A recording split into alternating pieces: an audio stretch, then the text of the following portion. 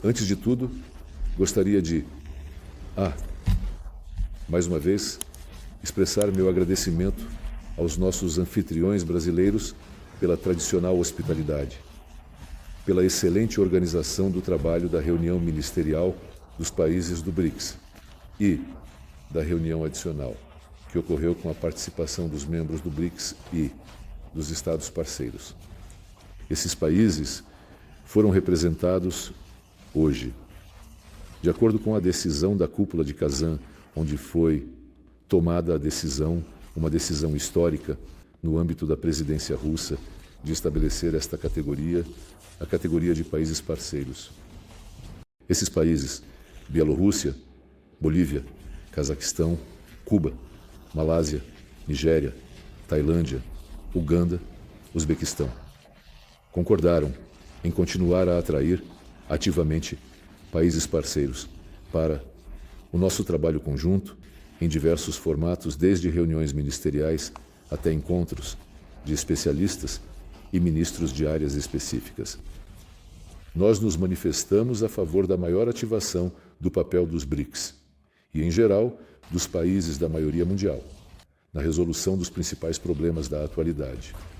Destacamos a necessidade de ações coletivas de nossa União para alcançar os objetivos de desenvolvimento sustentável, garantir segurança e crescimento econômico. Demos especial atenção à necessidade de continuar o trabalho de promoção da reforma das instituições financeiras e monetárias internacionais, principalmente a revisão das cotas do Fundo Monetário Internacional, para que esse sistema de cotas reflita o peso real dos países do Sul e do Leste globais, na economia e nas finanças mundiais. A maioria das delegações, nesse contexto, destacou o caráter destrutivo da política dos países do Ocidente coletivo, que talvez agora já não seja tão coletivo, mas todos os representantes do Ocidente têm os mesmos objetivos, ou seja, continuar vivendo às custas dos outros e aplicar práticas neocoloniais para esse fim. Isso inclui sanções unilaterais ilegítimas, o abuso do papel de suas moedas no sistema financeiro internacional e o protecionismo comercial injustificado, incluindo as chamadas guerras tarifárias, sobre as quais se fala muito hoje em dia. Observamos que, na tentativa de manter a dominação que está escapando e continuar obtendo vantagens competitivas às custas dos outros, a minoria ocidental está, por suas próprias mãos, desestabilizando a arquitetura financeira e econômica internacional. Discutimos de forma bastante detalhada questões atuais da política regional e internacional, incluindo numerosos, dependendo dos objetivos que esses princípios devem atender, mas sim aplicá-los em sua totalidade e interconexão. Confirmamos nossa posição em apoio à reforma do Conselho de Segurança da ONU, incluindo o apoio às candidaturas da Índia e do Brasil como membros permanentes do Conselho de Segurança. Essas causas residem nas tentativas, de longa data, de expandir a OTAN para o leste até as fronteiras russas e incorporar a Ucrânia na Aliança do Atlântico Norte, criando assim ameaças diretas à nossa segurança, diretamente nas fronteiras russas. Também enfatizei a importância de cessar a prática adotada pelo regime de Kiev de erradicar tudo o que está, de alguma forma, relacionado com a Rússia e o mundo russo, incluindo a língua russa, a cultura russa, os meios de comunicação em língua russa e a Igreja Ortodoxa Canônica. A maioria dos participantes da reunião comentou sobre essa situação ucraniana, demonstrando uma compreensão crescente de nossas abordagens e continuaremos esse trabalho.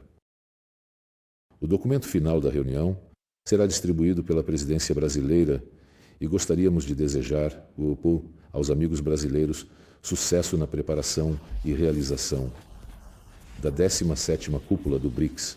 Ele ocorrerá nos dias 6 e 7 de julho aqui, no Rio de Janeiro. E não há dúvidas de que a cúpula será um evento produtivo e permitirá fortalecer ainda mais nossa parceria estratégica. A Rússia contribuirá. Para isso, de todas as maneiras possíveis. Sergei Viktorovich, olá. Os países do BRICS têm uma posição unificada em relação à guerra comercial que foi iniciada. Pagar, por favor. Os países do BRICS têm uma posição unificada em relação à guerra comercial iniciada por Donald Trump. Bem, não mencionamos nenhum nome lá.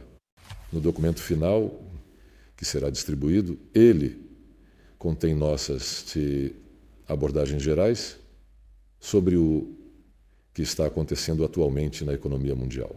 Em primeiro lugar, no documento final está consagrada a nossa conclusão comum sobre as consequências negativas da fragmentação da economia global, a preocupação com o enfraquecimento do multilateralismo e a violação das regras de justiça e inclusão, que devem ser a base do sistema comercial. E no centro desse sistema deve permanecer a Organização Mundial do Comércio, que, é claro, precisa ser adaptada às realidades modernas. E foi formulada separadamente a preocupação com medidas protecionistas unilaterais, sanções unilaterais, incluindo sanções secundárias, em violação dos princípios da Organização Mundial do Comércio. E destaca-se especialmente a inadmissibilidade de bloquear decisões sobre a reforma da Organização Mundial do Comércio, principalmente o bloqueio da retomada do funcionamento do órgão de resolução de disputas. Então, no geral, eu acredito que a posição dos nossos colegas coincide, tanto dos membros quanto dos Estados parceiros. Ela servirá de base para a preparação dos documentos correspondentes para a cúpula que, como eu disse, ocorrerá nos dias 6 e 7 de julho, no Rio de Janeiro. Olá, obrigado, Sergei Viktorovich, Ivan Prozorov, Primeiro Canal.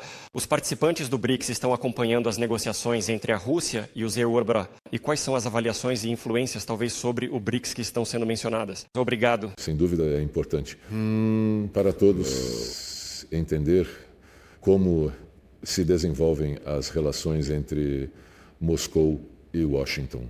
Isso foi mencionado em muitos discursos e em numerosos contatos bilaterais que tive à margem da reunião ministerial. Informamos nossos parceiros regularmente, praticamente após cada contato entre representantes da Rússia e dos Estados Unidos, através de nossos embaixadores, através dos embaixadores de nossos parceiros na capital russa. Defendemos um diálogo honesto e igualitário que visa a formação de um equilíbrio de interesses. Os Estados Unidos nos enviam sinais semelhantes. O trabalho, como você sabe, está em andamento em várias direções e continua literalmente bem. Quando conversamos com você. Olá, Sergei Viktorovich, Andrei Vlinkin, Sputnik Brasil. No ano passado, na cúpula do BRICS em Kazan, sob a presidência russa, foi anunciado o lançamento do sistema de pagamentos BRICS Pay para transações em moedas nacionais, no comércio entre os membros do grupo. E o Brasil, que assumiu este ano a presidência do BRICS da Rússia, apesar das ameaças de Trump de impor tarifas draconianas caso o BRICS abandone o dólar, no entanto, declarou total apoio a esta iniciativa russa. Como está avançando esse diálogo e como o BRICS pode responder ao Ocidente em relação às tentativas de usar as moedas de reserva mundial como arma? Obrigado. O diálogo está avançando gradualmente. A tarefa de formar instrumentos de pagamento, plataformas de pagamento, incluindo a pesquisa de questões como a criação de um sistema de pagamento transfronteiriço, um sistema eletrônico de interação interdepositária do BRICS, chamado BRICS Clear. E, em geral, a formação de um mecanismo único de troca comercial e econômica. E possibilidades de expansão. Essa experiência para outras commodities. Tudo isso está registrado no documento final. Acredito que essa linha é de longo prazo e fundamental, considerando as tendências que persistem na economia mundial, devido às ações unilaterais de nossos colegas ocidentais. Este é um dos principais direcionamentos. programa Vesti, Ana Semenova. Por favor, diga-nos, Sergei Viktorovich, é possível no âmbito do BRICS criar um novo órgão judicial internacional que poderia se tornar uma alternativa ao TPI, que evidentemente já se descreditou? Este tema foi mencionado, mas não está refletido. No final, o BRICS não deve se envolver na criação de suas próprias instâncias judiciais. E, nesse sentido, claro, o TPI, como você corretamente mencionou, se descreditou completamente. Essa estrutura é manipulada por países ocidentais, alguns estados, que aplicam abertamente ações em violação do direito humanitário internacional. São isentos de punição enquanto, em relação a outros países, de forma tendenciosa, sem base em fatos concretos, são introduzidas medidas de punição, incluindo os chamados mandados de prisão. As questões são entregues a estruturas tendenciosas, como o Tribunal Penal Internacional. Este é um trabalho prolongado. Estou certo de que isso se encaixa perfeitamente na posição do BRICS, fazer tudo para evitar tal desenvolvimento de eventos, mas para que isso se torne uma realidade, as forças de um único BRICS não são suficientes. Sergei Viktorovich, à luz da recente reunião entre o presidente da Rússia e o enviado especial de Trump no Kremlin, como você avalia as tendências gerais das relações internacionais da Rússia e seus parceiros? Afinal, muitos veem tais reuniões como um sinal e talvez algumas novas perspectivas possam se abrir para a Rússia à luz deste contato? Você sabe, eu já disse que em todas as outras circunstâncias, o diálogo é sempre preferível. Estou um pouco surpreso. A forma como reagem em alguns países aos processos que ocorrem nas relações russo-americanas. Todos percebem esses contatos entre nós e os americanos como uma espécie de sensação. Embora, na verdade, mesmo nos anos da Guerra Fria, o confronto ideológico tenha sido bastante rígido, o diálogo nunca foi interrompido. Hoje, nos documentos doutrinários dos Estados Unidos, que foram formulados ainda durante a administração Biden, mas que ninguém cancelou, a Rússia é apresentada como a principal ameaça imediata no contexto do conflito ucraniano, enquanto a República Popular da China é designada como o principal concorrente a longo prazo. E, se você acompanha as declarações feitas por nossos amigos chineses, comentando suas relações com Washington, as declarações que vêm de Washington em relação à República Popular da China, é uma troca de palavras muito dura, tanto sobre a questão de Taiwan, quanto sobre a questão do Mar do Sul da China, entre muitos outros assuntos. Mas em nenhum momento o diálogo entre Washington e Pequim foi interrompido. Eles conversam, interagem e as principais lideranças se encontram, os ministros das Relações Exteriores, especialistas em questões de segurança, ministros da Defesa. Portanto, eu alertaria contra considerar o estado atual do diálogo russo-americano como algo extraordinário, é apenas um retorno à normalidade. Bem, aqueles que percebem isso como uma sensação estão simplesmente presos à lógica que a administração Biden cultivou durante todos os anos de seu mandato, tentando apresentar a Rússia como um pária, como um país em total isolamento, com uma economia em frangalhos e assim por diante. Portanto, agora estamos apenas retornando à normalidade e tenho a sensação de que a maioria dos países do Sul global e do Leste, nossos parceiros estratégicos, aliados, veem isso como algo positivo.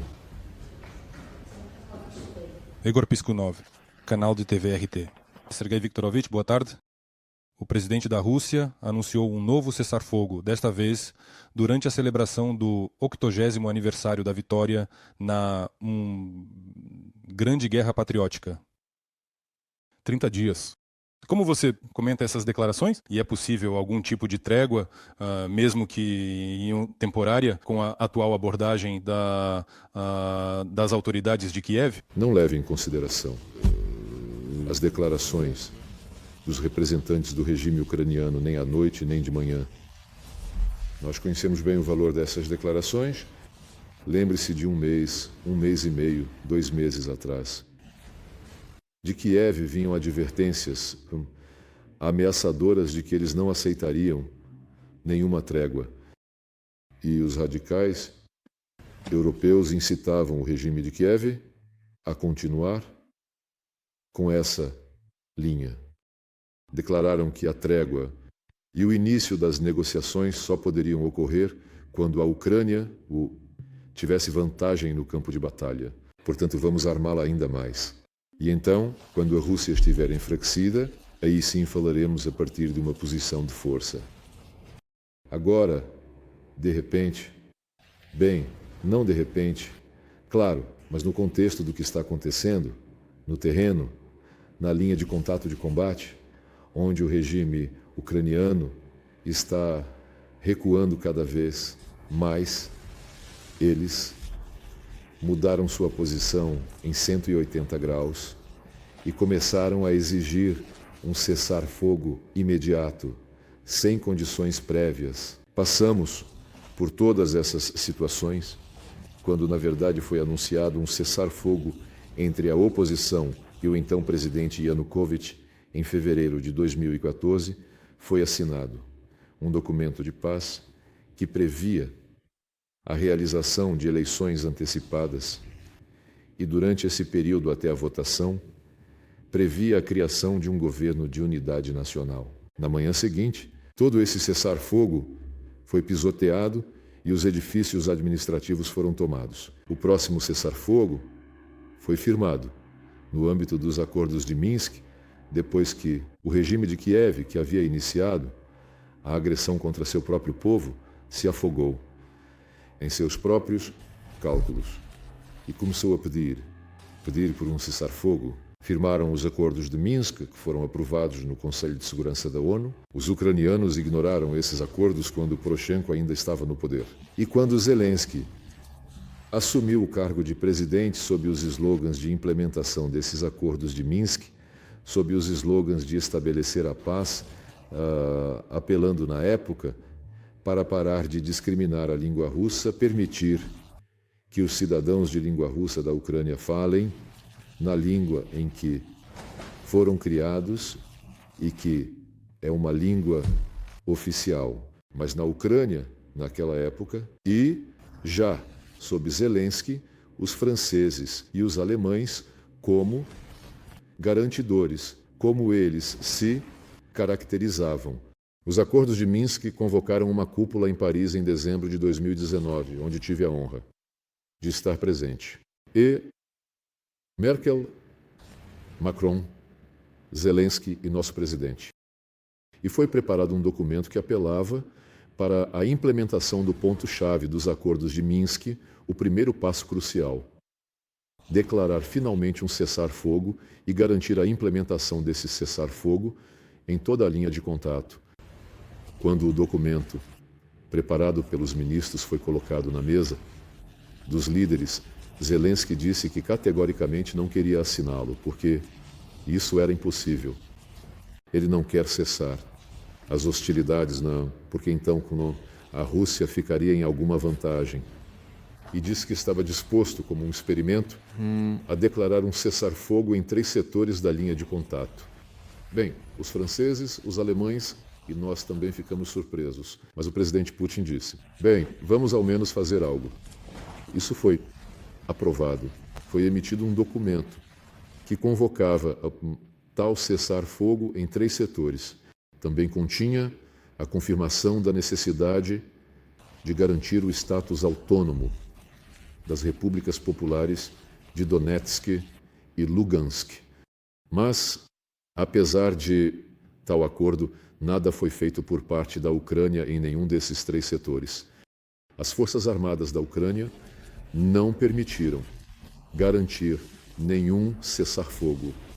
E, claro, o cessar-fogo que foi anunciado em conexão com o acordo em Istambul em abril de 2022, o acordo para resolver toda a situação, começando com a cessação das hostilidades, sobre o qual os ucranianos e os ocidentais nos pediram especificamente: façam um gesto de boa vontade, vamos parar as hostilidades. E se vocês retirarem suas forças de Kiev, então isso será um sinal positivo muito importante. Isso foi feito, como vocês sabem, e todos também sabem bem como isso terminou.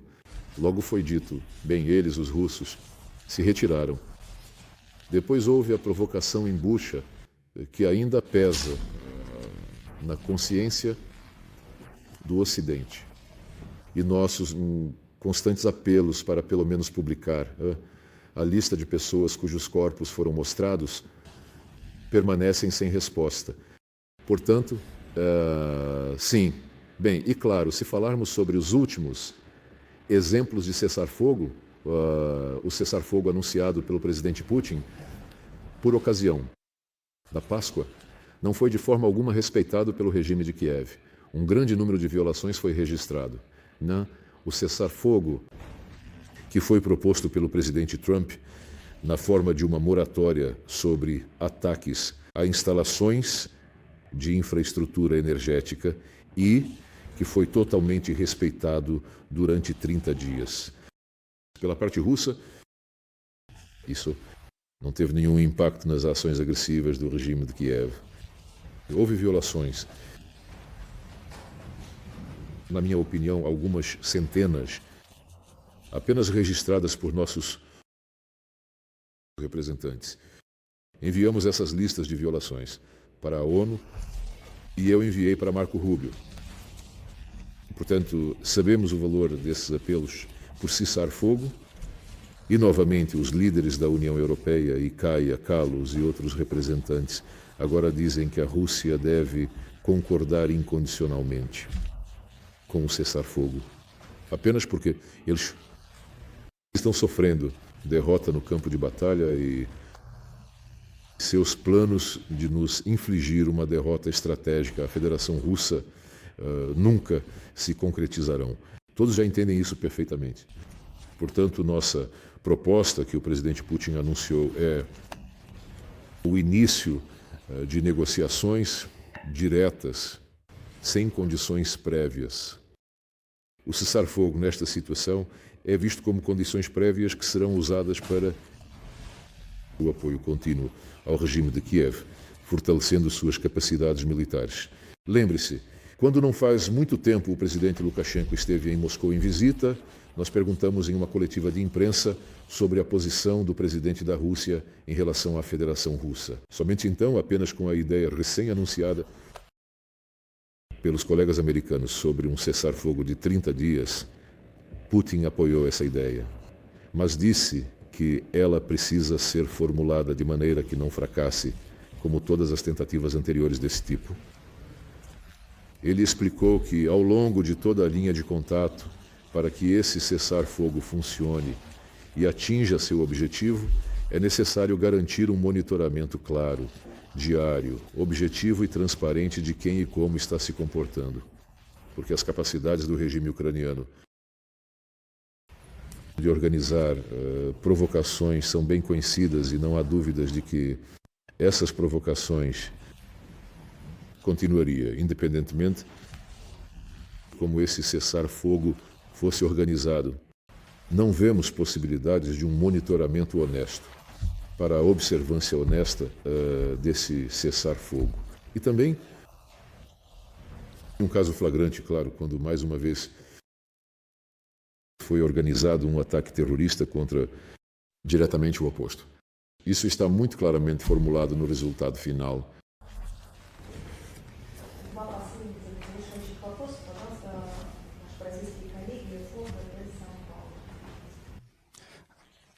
O ministro afirmou que está muito distante do que foi especificado no documento do nosso encontro.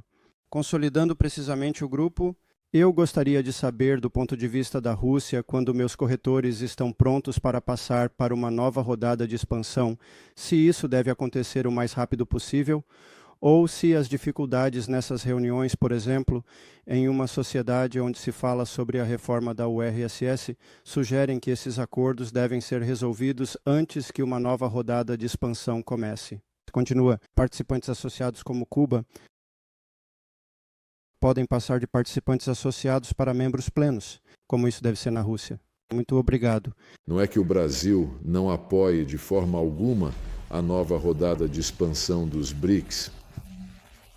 De fato, é realmente verdade que no ano passado, quando nos encontramos em Kazan e saudamos novos poderes de maneira significativa, quando os BRICS aumentaram sua membresia, decidimos esperar um pouco para uma expansão adicional, para que pudéssemos nos juntar ao trabalho na nova composição dos BRICS, que quase dobrou o número de países, para que o grupo pudesse suavemente. Devemos entrar em uma nova situação com o aumento da comunidade. Essa foi a opinião principal. Muitos países foram apresentados quando a categoria de países parceiros foi criada. E entendemos que os países parceiros serão candidatos prioritários para a plena comunidade. Não tenho dúvidas de que o processo de expansão continuará muito em breve. Decidimos, como eu disse, passar este ano para ver como esse serviço continuará. É evidente, isso é um fenômeno natural. Em relação à reforma do secretário da comissão, não podemos deixar de cumprir nossas responsabilidades, desde que, ao mesmo tempo, as aspirações africanas também sejam satisfeitas. Como eu disse, o Conselho de Segurança precisa de mais membros do Sul Global e do Leste Global. Não, claro que não. Podemos apoiar qualquer expansão no número de estados ocidentais. No Conselho de Segurança, eles já são 6 de 15. E, além disso, nenhum dos aspirantes, como a Alemanha ou o Japão, pode trazer qualquer valor agregado às discussões no Conselho de Segurança. Eles aderem à posição comum do coletivo do Ocidente. Questão de refletir. A posição da membresia dos BRICS sobre a questão do Conselho de Segurança, sabe? Somos flexíveis. Acreditamos que o principal é confirmar a necessidade de atender às aspirações dos países em desenvolvimento. E isso pode ser feito de várias maneiras. E a formulação das declarações pelas reuniões ministeriais, reuniões e pelas cimeiras, todas essas fórmulas estão disponíveis. E confirmamos ontem e hoje que estamos prontos para usar qualquer uma dessas fórmulas. E qualquer nova linguagem que possa ser proposta. Claro, mas o principal é que a reforma do Conselho de Segurança seria resolvida não por linguagem contida em qualquer declaração de qualquer organização, exceto as Nações Unidas, onde uma eventual votação ocorreria. É lá que essa questão seria resolvida.